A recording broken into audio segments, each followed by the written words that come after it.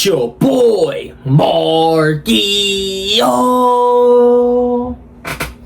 And we back at it again with another reaction, man. Today we got NBA star exposes LeBron James. Now we see on the thumbnail it's Steven Jackson. That's his name? I'm tripping. What's his name? I know it's Jackson something. But yeah. Clearly it's probably him saying something about LeBron James, man. You know, if you are not new to my channel, y'all already know we've been on a little run with the LeBron James videos. You know, that's been none but on my timeline, none but Bron. And it's just a crazy feeling just cause like, damn, this man really went from team to team and people really don't really pay attention to that, like, of greatness. Like, Michael Jordan stayed on one team and accomplished so much from just that one team. His home. That became his home. You know what I'm saying? When LeBron left the Cavs, they did not rock with that at that time. They burned his jersey and everything, man.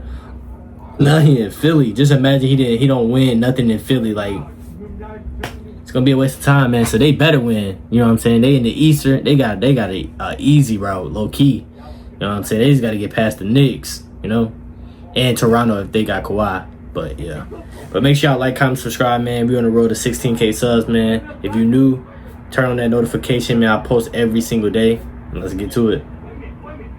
As I'm sure you guys know, recently Rich Paul, a personal friend of LeBron James, also his agent, went on Gil Arenas' podcast debating LeBron versus Jordan. And if you watched my video on this topic or the actual podcast, you were left dumbfounded by Rich Paul's LeBron GOAT argument.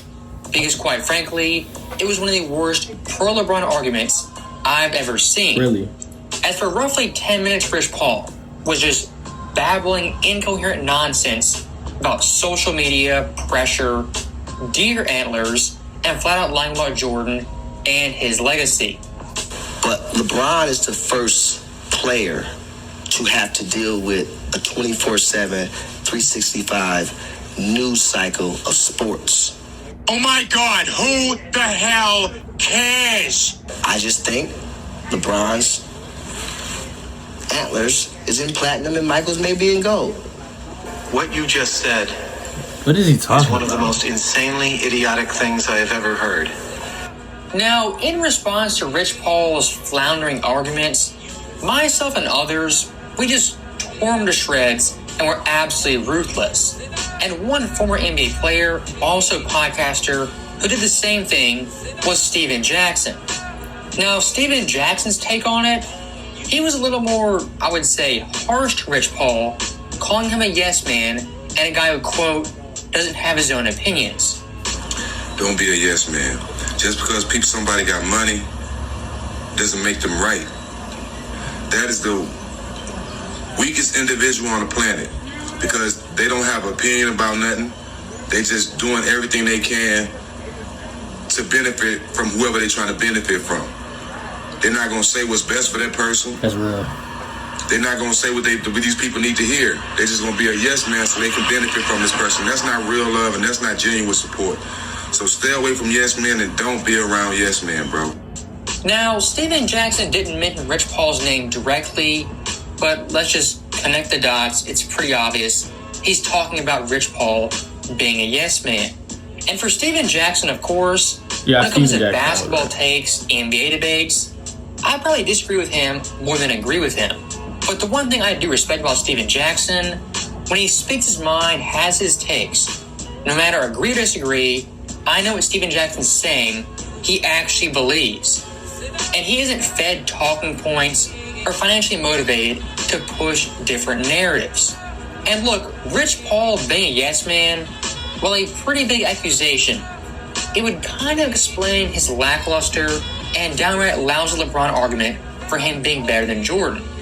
Because much like ESPN, Rich Paul is financially motivated and paid to promote LeBron James and push his own narratives. And when it comes to Klutch Sports versus Michael Jordan, kind of the all-out media assault on Jordan's legacy, it's pretty prevalent ever since 2016. As in that year's finals after the Cavaliers won, the first thing Rich Paul said after that championship during the celebration was a quote, "Michael Jordan could never have done that." Pretty telling about who Why you got Michael Jordan in your mouth Rich for, though? Paul and Klutch Sports' mind. Big rod. And Rich Paul saying Jordan, he could have never done that. Of course, hypothetical argument. But first off, Done what? you don't want to get into a debate about things Jordan has done that LeBron still hasn't done entering year 21. Trust me, you don't want to go there.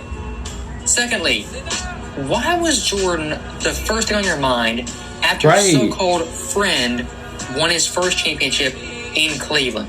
With Kyrie Irving. And lastly, Jordan in the finals, he was never down 3-1 to come back from that Yeah, or deficit. he don't need nobody to hit no And shot look, for him, I'm going to to be go honest. there. The 2016 Warriors historically, winning 73 games, of course, highly impressive. But in terms of a playoff team built for the playoffs, they're kind of vastly overrated. As looking at the first two rounds, versus Houston and Portland, they went a combined 8-2. But versus OKC, got down 3-1. Before even making the NBA Finals, Golden State had already dropped 5 games in only 14 matches. The Warriors during the regular season didn't lose 5 games till game 53. And even more telling than that, for the entire 2016 playoffs, Golden State played 24 playoff games, losing 9 of them. For the entire 82-game season, Golden State only lost 9 games entering the playoffs. Again, that Golden State team in the playoffs, a tad overrated. And calling them the, quote, greatest team of all time, I reject every single day. Because the greatest teams in NBA history aren't down 3-1 to Oklahoma City in the West Finals. And if you think a team of Kevin Durant, Russell Westbrook, really those two guys going solo, could get up 3-1 on the 2016 Warriors, why couldn't Michael Jordan's best Bulls team beat Golden State? And look, after the 2016 Finals, LeBron getting his 3rd ring, at that point it became abundantly clear he was chasing Michael Jordan. As in his own words, he said, quote, he was chasing the ghost that played in Chicago. Again, connecting the dots, that's obviously Michael Jordan living rent-free in LeBron's head. And when it comes to LeBron versus Jordan, since 2016, I've noticed a lot of small little things LeBron James kind of copies from Jordan or just downright takes from him and claims as his own. As Space Jam 2, of course, was copying Jordan, coming up short. In last year's playoffs, he had a Last Dance style documentary following the Lakers in case they won the championship. Really? Also, some more things he took from Jordan: the chalk toss, wearing 23, wow, and even shooting free throws with his eyes closed. There is a pretty lengthy history of LeBron James trying to copy and emulate Michael Jordan. And when it comes to Klutch Sports, lovely LeBron James pro media figures, the 2016 Finals, it kind of exposed a lot of things. Because with LeBron James, when he loses the Finals, what's the excuse, the caveat? Well, winning championships, it's a team accomplishment.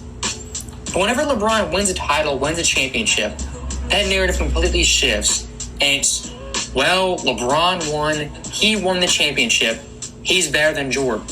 Isn't that kind of funny how that works? Yeah. LeBron loses, not his fault. LeBron wins, better than it's Michael Jordan. all about him. Pretty hypocritical, coming from people with absolutely no standards. As looking at someone like Kyrie Irving, how he played in the 2016 Finals, it's still underrated. Man. As looking at the last 5 games of Kyrie that was series, him. he averaged 30.8 points, 95 from the free 4.2 throw. boards, Woo. nearly 2 46 steals, from the free. on 51, 47, Kyrie was a and man. 95 splits. And looking back at Rich Paul, he had one more comment I really want to tackle. As I'm discussing the NBA bubble that had no travel, no fans, home court advantage, there's a 6-month break prior to the bubble. Rich Paul hyped up this championship as a legit championship and actually harder than a normal title. This kind of talk right here is 1000% yes man talk. Because Rich Paul, he's not a stupid individual. He's a very, very smart guy and much smarter than this. As to argue that finals was somehow this great competitive series, it's yes man talk. As in game 1 of this series, Bam, he got hurt, missed 2 full games in this series. Goran Dragic also missed 4 games. We had a 20-year-old Tyler Hero, Duncan Robinson, Jay Crowder, and Kendrick Nunn as Jimmy's supporting cast. Look, winning championships always is a very impressive accomplishment. But the competition you face in the finals, en route to the finals, kinda should matter into how impressive and difficult that win actually was. Bro. And one thing Rich Paul, ESPN will never talk about is how good Anthony Davis was in those finals. Averaging 25 points, 11 boards. Mike never had somebody like that. On ridiculous shooting splits. Scotty averaged like 19, 20 points. If you look at AD in the 2020 finals, how great he played. Just that series alone, points, rebounds, blocks, field percentage, 3%, and free throw percentage. AD from that series has higher averages than Scottie Pippen ever had in a single final series. So when it comes to these bubble debates, teammate debates, I simply don't want to hear it. As that Heat team LeBron faced and beat was weaker than any team Jordan ever played in the NBA Finals. And going full circle with this video, when it comes to the Jordan versus LeBron debate, the media pushing it very, very heavily, I can guarantee you guys, the 2024 Team USA, they're going to be pushed as a more talented and better overall team than the 92 Dream Team. Of course, an outrageous take and totally disrespectful. But I'm just saying, mentally prepare yourself for these debates and for the media to push this heavily. And when it comes to LeBron versus Jordan, they have absolutely no shame of bending over backwards to twist a narrative in LeBron's favor. As always, thank you guys for watching. Hope you enjoyed it. I've been saying this for the past few videos. If y'all are somebody that watch me a lot, y'all already know I said this, bro. LeBron James, I don't know what Rich Paul even saying. Like, he said Michael Jordan. Why did you bring up Michael Jordan's name? Michael Jordan is not thinking about LeBron James or what LeBron James' record is or what he's breaking. Michael Jordan is a legend. Michael Jordan is the GOAT. His peers always talking about him. Mike don't got to say not one word, come out and say nothing. Mike came out and said there's no GOAT.